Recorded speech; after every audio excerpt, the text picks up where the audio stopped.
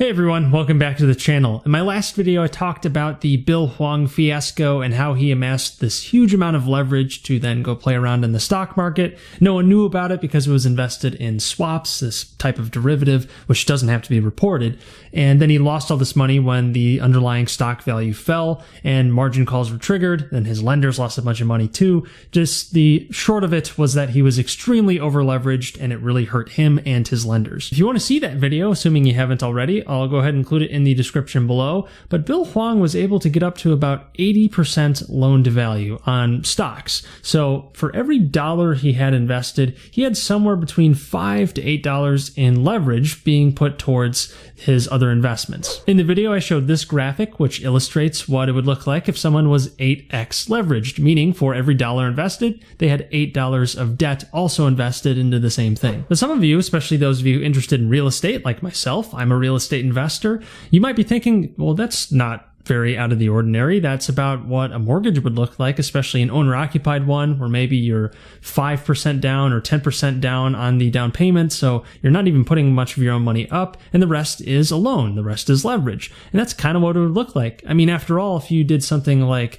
a conventional loan with 5% down, a 5% down payment with the remaining 95% being on a mortgage, that technically is a 20x leverage. So that's huge leverage compared to even what Bill Hwang had, and he would definitely be considered over leverage, especially in this case. And certainly when you're dealing with any amount of debt, you have to be careful, but we have to see what type of debt we're actually looking at here. In Bill Hwang's situation, it was margin debt. It was debt attached to stocks, which is very different than a typical real estate mortgage, especially in the US where they're heavily subsidized and they're stretched out over 30 years. So it's two different types of loan products. Let me get into that a little bit further. In Bill Hwang's situation, or really in any stock investor situation who uses margin, if the underlying value of your shares gets below the value of your debt, that triggers a margin call, which means that the lender or the brokerage, whoever's giving you the margin loan, will actually call the loan due in a way and force you to sell your shares to actually cover the balance. So this actually keeps the lender generally pretty safe, assuming they can actually keep the value of the underlying shares from going below the actual loan value. That's actually what happened in Bill Hwang's case because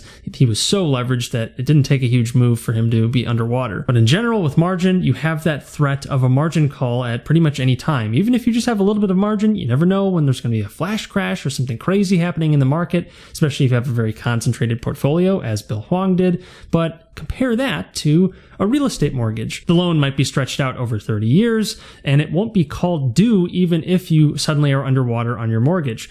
Certainly, you'll have less options to actually cash out of that mortgage if you want to sell your property or something like that. You'll have to bring money to the table, but no one's actually going to force you to liquidate the property in pretty much any case, with a typical mortgage at least. Instead, as long as your cash flow position is decent and you can keep making the loan payments, the lender's going to let you keep the property, even if the property value itself falls below the actual loan value. So you don't have that same sort of margin call risk that you would with a margin loan on stocks. And with real estate specifically, it has some of the best loan terms out there in that you don't have to pay back the loan for 30 years. So it's split up across very low payments, relatively speaking, across a huge amount of time. So inflation is helping you out the whole time in that the value of the debt is being eaten away by inflation. Meanwhile, the property value will actually go up with inflation. Theoretically, of course, you never know what's actually going to happen. But there's currently talks to create a 40-year mortgage. After all, a lot of these mortgage programs are heavily subsidized or they're bought up by the Federal Reserve, so it's not really a free market. But that's beside the point. The point is, if you're 80% leveraged with something like real estate mortgages stretched out over 30 years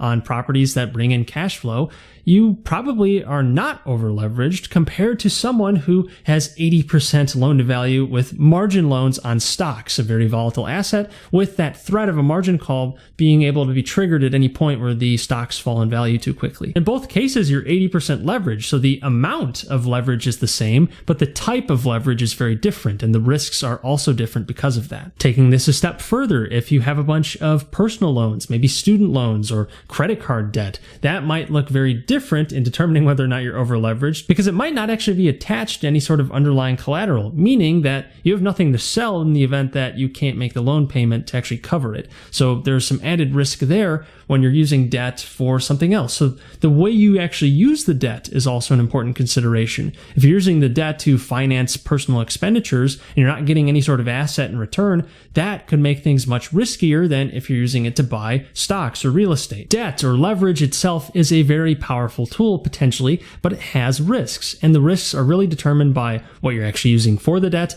and the actual terms of the underlying loan and what could happen in the event that the underlying asset loses value or something happens to where you can't make a payment. What actually happens with that debt? That is a huge determination for whether or not you're actually over leveraged. Another consideration to make would be whether or not the loan is a variable rate loan. A lot of margin debt is variable rate, so if interest rates go up, typically the margin rate will go up. Same goes for a lot of credit cards and HELOCs or home equity line of credits. Those are typically variable rate loans, so if interest rates change, then that's a risk right there. Whereas if you get a fixed rate loan, which is available for most mortgages, then that's going to lock in that interest rate, at least for some period of time, often up to 30 years. For commercial loans, it's usually something like 5 years. That's reducing your risk since you have 5 years of a locked in interest rate. So if anything happens to the interest rate and it goes up, you still get to keep that lower interest rate. Just another way to actually shave down risk. And the interest rate itself, of course, is a relevant consideration for risk, since an 18% credit card interest rate is going to be a lot riskier than a 3% mortgage rate that you'll typically find on a 30-year mortgage with an owner-occupied type loan. And to go a little bit further down this thought experiment, or rabbit hole if you'd like to call it that, the actual restrictions on what you can use the loan for are relevant too, since with a mortgage, you have to use it to buy a piece of real estate, and the lender will have a mortgage on the piece of property.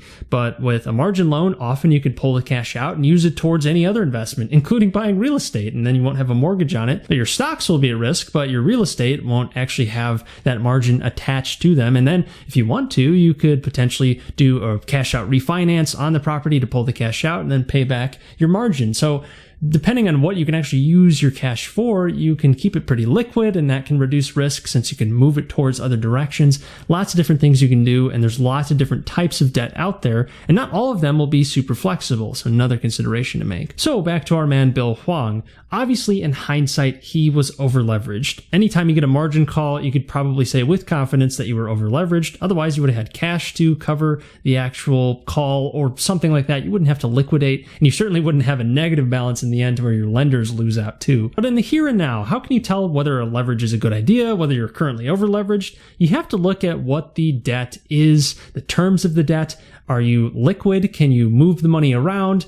Are there fixed terms? Is there something that could trigger a sale of the underlying asset if it falls to some certain value? These are the sorts of considerations you have to make before determining whether you should take on more debt, whether debt currently makes sense to keep, whether you should pay it down quicker, or something like that. The debt's beauty is in the eye of the beholder, of course. I can't make a decision for you. No one else can. That is up for you to do. It's up for you to do your own research. Of course, none of my videos are financial advice after all. But I hope it gets you thinking a little bit differently about debt or leverage, since one person's 80% loan to value may be very different than someone else's depending on the terms of the loan and what is actually invested in. It's a constant balancing act, and any situation involving debt is going to have some sort of underlying risk because you owe something to someone else, and if your asset disappears, the loan does not. You got to make that payment. So you should definitely tread carefully when you're using any amount of debt in any sort of investment, or just in general. If you're using it to spend on your personal life, please be careful. That's pretty much all I've got for today. If you like this video, please like it, since that would help the channel out a lot. I cover a variety of topics as they relate to investing and personal finance, and I put out new videos every single week and wouldn't want you guys to miss out, so be sure to subscribe. And I've got all sorts of goodies and affiliate links in the description below. I hope you guys check them out. It would help the channel out a lot.